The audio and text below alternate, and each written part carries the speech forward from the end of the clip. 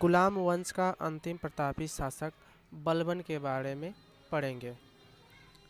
बलबन, ठीक है, यह गुलाम वंश का अंतिम शासक माना जाता है, अंतिम प्रतापी शासक, ठीक है।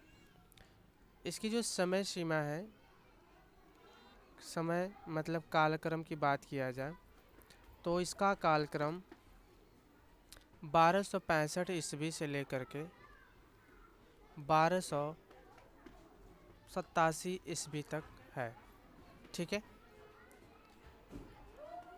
अब चलते हैं इसके बारे में, महत्वपूर्ण उपलब्धियों के बारे में देखेंगे। बलबन का मूल नाम बलबन को अन्य नाम से भी जाना जाता था, लेकिन प्रसिद्ध नाम इसका बलबन ही है। इसका जो मूल नाम है बाहुद्दीन नाम से जानता है, बाहुद्दीन इसका मूल नाम है, ठीक है। इसने कई उपाधियां भी प्राप्त की थी, जिस उपाधि में इसने एक उपाधि उलुग खां की उपाधि प्राप्त की थी, ठीक है। और इसकी एक प्रसिद्ध नीति बार बार एग्जाम में पूछी जाती है, नीति इसकी एक प्रसिद्ध नीति है, उसका नाम है लव एवं रक्त शुद्धि की नीति। यह जो नीति है लव एवं रक्त शुद्धि की नीति बलबन के द्वारा ही प्रारंभ की गई थी, ठीक है। हम पिछले वीडियो में बताए थे कि जो बलबन था चालीसा दल का सदस्य था, चालीसा दल का सदस्य। यह भी बताया गया था कि 40 दल सदस्य का जो गठन हुआ था वह किसके द्वारा किया गया था? इल्तुतमिश के द्वारा। किसके द्वारा? इल्तुतमिश के द्वारा चालीसा दल का गठन किया गया था।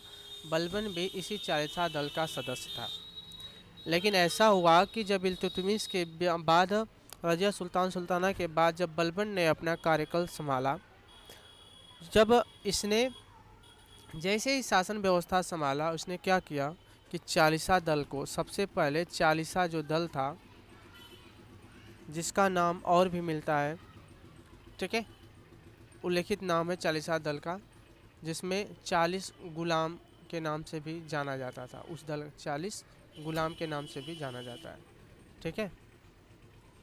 इसने क्या किया कि इन सभी 40 गुलाम में से, मतलब एक तो खुद वह था, बलबन था एक, और बाकी 39 जो गुलाम थे इनको मृत्यु मतलब मार दिया। किसने मारा? बलबन के द्वारा इन लोगों को मृत्यु की प्राप्ति हो गई, ठीक है। सबसे पहले चालीसा दल को उसने ख़त्म करके 39 गुलाम सरदारों को मार दिया। इसके बाद बलबन ने कुछ लाइन बोली है, जो प्रमुख लाइन मानी जाती है। बलबन के अनुसार उसने ये बोला था, सुल्तान ईश्वर का प्रतिनिधि होता है, सुल्तान ईश्वर का प्रतिनिधि होता है। दूसरी लाइन इसने बोला था, अपने आप को उसने नायब ए खुदाई का भी दर्जा दिया था। इसने खुद को, बलबन ने खुद को नायब ए खुदाई का भी दर्जा दिया था। अपने आप को कहता था नायब ए खुदाई, ठीक है। और जानकारी लेते हैं इसके बारे में। तो दिल्ली सल्तनत का यह ऐसा शासक था, इम्पोर्टेंट लाइन है यह, ठीक है। दिल्ली सल्तनत का यह ऐसा प्रथम शासक मतलब कह सकते हैं दिल्ली सल्तनत,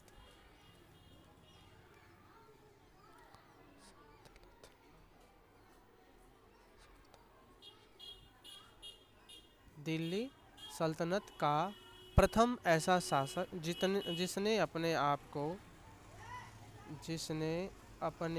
आप को फर्रे इजदी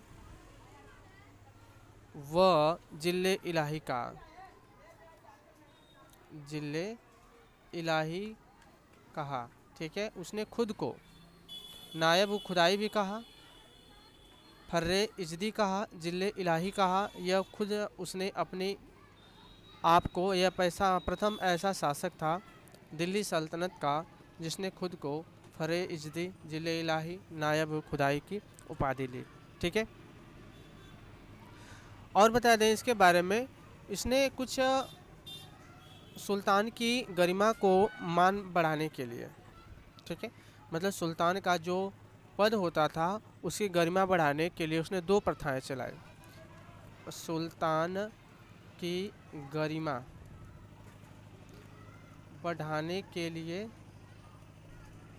प्रथाएं चलाई। कितनी प्रथाएं चलाई? दो प्रथाएं चलाई, जिसमें पहली प्रथा है सिजदा, सिजदा, दूसरा पाबोस, पाबो। ये सिजदा पाबोस क्या है? सिजदा का मतलब सिर झुका करके प्रणाम करना, और पाबोस का मतलब होता है अपने घुटनों के बल बैठ करके प्रणाम करना। यह सिजदा और पाबोस पूछा गया क्वेश्चन है कि किसके शासनकाल में इस स्टार्ट हुई थी, वो बलबन है, ठीक है। यह क्यों स्टार्ट हुई थी? सुल्तान की गरिमा को बढ़ाने के लिए स्टार्ट हुई थी। केवल दो प्रथाएं चालू की गई बलबन के द्वारा, ठीक है। एक इम्पोर्टेंट लाइन यह भी है कि इन्होंने एक त्यौहार का प्रचलन चालू किया जिसे फारसी उत्सव के नाम से भी जाना जाता है। फारसी उत्सव जिसका नाम है नौरोज। क्या नाम है? नौरोज, ठीक है। इस नौरोज का मतलब होता है नया दिन, नया दिन। यह किसका नया दिन होता था? फारसी त्यौहार, मतलब फारसी लोगों का था। इसमें क्या होता था कि ईरानी का यह नव वर्ष था, ईरानी लोगों का नव वर्ष, ठीक है। ईरानी लोगों का नौ वर्ष, मतलब पूछा गया क्वेश्चन है कि नौरोज किसके द्वारा प्रचलित प्रथा है या उत्सव है, तो वह बलबन के द्वारा स्टार्ट की गई प्रथम मतलब उत्सव है, ठीक है। यह किस धर्म का है? तो कह सकते हैं फारसी उत्सव माना जाता है। ईरानी का नौ वर्ष है, मतलब नया दिन के रूप में यह प्रारंभ होता है, ठीक है। एक इम्पोर्टेंट लाइन और है, इसने क्या किया था कि वृद्ध व अयोग्य सैनिकों को पेंशन देकर सेवा मुक्त कर दे। वृद्ध जो लोग हो चुके थे, जो सैनिक वृद्ध हो चुके थे, वह जो अयोग्य हो गए थे, अयोग्य का मतलब युद्ध के दौरान क्षतिग्रस्त हो गए थे, उन सैनिकों को पेंशन देकर के सेवा मुक्त कर दिया, ठीक है। पेंशन देकर सेवा मुक्त, ठीक है। इसने यह अच्छा काम किया, ठीक है। और इसने सैन्य विभाग की भी स्थापना की। सैन्य विभाग, सैन्य विभाग, और एक स्थापना की गुप्तचर विभाग, गुप्तचर विभाग, ठीक है। इसने इन दो विभागों की स्थापना की। जिस विभाग में सैन्य विभाग की स्थापना की उसका नाम है दीवान ए अर्ज। सैन्य विभाग का नाम दीवान ए अर्ज के नाम से प्रसिद्ध है। और गुप्तचर विभाग का जो है दीवान ए बरीद, ठीक है। इसको लिख सकते हैं दीवान ए अर्ज, और गुप्तचर विभाग का नाम है दीवान ए बरीद, दीवान ए बरीद, ठीक है। इसने दो विभागों की रचना की, स्थापना की थी, सैन्य विभाग और गुप्तचर विभाग, ठीक है। आप आगे पढ़ेंगे मोहम्मद खां के बारे में। कुछ जानकारी यहाँ से ले लेते हैं मोहम्मद खां के बारे में। जो मोहम्मद खां था, इसके दरबार में दो प्रसिद्ध गायक हुआ करते थे। पहला नाम है इनका अमीर खुसरो, अमीर खुसरो, और दूसरा नाम जो प्रसिद्ध गायक थे जिनका नाम है अमीर हसन देहलवी। क्या नाम है? अमीर हसन देहलवी, ठीक है। इनकी प्रमुख उपलब्धियां ये थे कि अमीर खुसरो को तोते ए हिंद कहा जाता था, तोता ए हिंद की उपाधि प्राप्त थी, ठीक है।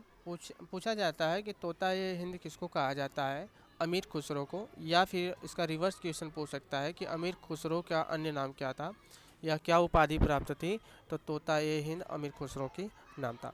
अमीर हसन देहलवी का एक नाम था दीवान ए बरीद, सॉरी गज़ल गायक थे, यह गज़ल गायक के नाम से जाने जाते थे, गज़ल गायक। इनकी जो उपाधि थी भारत का सादी कहा जाता है, सादी, भारत का सादी के नाम से जाना जाता है इनको, ठीक है। याद रखिएगा, अमीर खुसरो को तोता ये हिंद कहा जाता है, अमीर हसन देहलवी को भारत का सादी कहा जाता है जो एक गज़ल गायक थे, ठीक है। अब मोहम्मद खां की मृत्यु के बाद, मोहम्मद खां की मृत्यु के बाद क्या हुआ, ये दोनों तो इसके दरबारी थे, लेकिन जब इसकी मृत्यु हो गई तो ये लोग कहाँ जाएंगे, यहाँ से याद कर सकते हैं, दरबारी के बाद ये बलबन के पास चले गए, बलबन के पास चले गए, ठीक है। मतलब कह सकते हैं कि अमीर खुसरो और अमीर हसन देहलवी बलबन के दरबारी हो गए, ठीक है। आगे 1287 ईस्वी में क्या हुआ, पुत्र वियोग में, पुत्र वियोग में बलबन की मृत्यु हो गई, बलबन की मृत्यु हो गई, ठीक है। अब बलबन के महत्वपूर्ण कार्य के बारे में देख लेते हैं। बलबन के महत्वपूर्ण कार्य, ठीक है।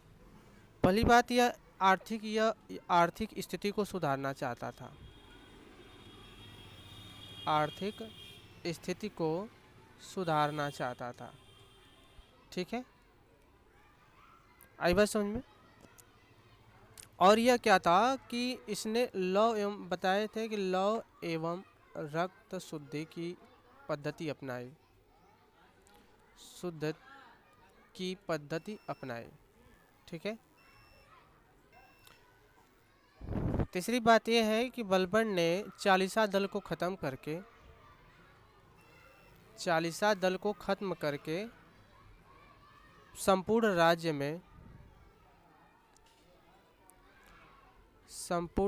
में सख्त कानून लागू कर दिया, सख्त कानून लागू कर दिया, ठीक है। इम्पोर्टेंट लाइन है कि बलबन निरंकुश शासक में विश्वास करता था, निरंकुश शासक में विश्वास करता था, ठीक है। क्योंकि वह मानता था, उसकी यह मानना थी कि केवल निरंकुश शासक ही अपनी प्रजा को आज्ञा पालन प्राप्त करवा सकता है, ठीक है। इस वजह से वह निरंकुश शासक में विश्वास रखता था, ठीक है। और बताया गया था बलबन ने फारसी पद्धति पर अपने दरबार का गठन किया था, अपने दरबार का जो गठन किया गया था, उसने किया था अपने दरबार का गठन, वह फारसी पद्धति पे किया था, दरबार का गठन फारसी पद्धति पर की थी। अगला इसका कार्य यह था कि बलबन ने अपने सिक्कों पर, किस पर, सिक्कों पर, सिक्कों पर खलीफा, खलीफा का नाम भी अंकित करवाया, अंकित करवाया, ठीक है। और इसका महत्वपूर्ण कार्य यह था कि बलबन दिल्ली सल्तनत पहला ऐसा शासक था, दिल्ली सल्तनत का पहला ऐसा शासक जिसने मंगोलों के आक्रमण से, मंगोलों के आक्रमण से पश्चिमी सीमा पर किले बनवाया,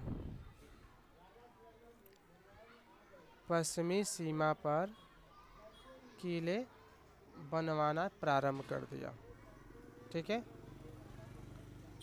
प्रारंभ किया, ठीक है।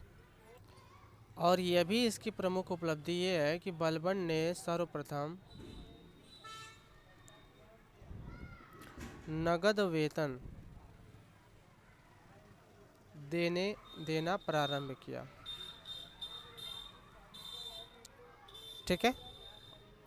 बलबन ने सेना का केंद्रीकरण भी किया। बलबन ने सेना का केंद्रीकरण भी किया। ठीक है। इस प्रकार हमने बलबन के बारे में उसकी जीवनी के आधार पर उसके द्वारा किए गए कार्य, उपलब्धियां आदि के बारे में पढ़े।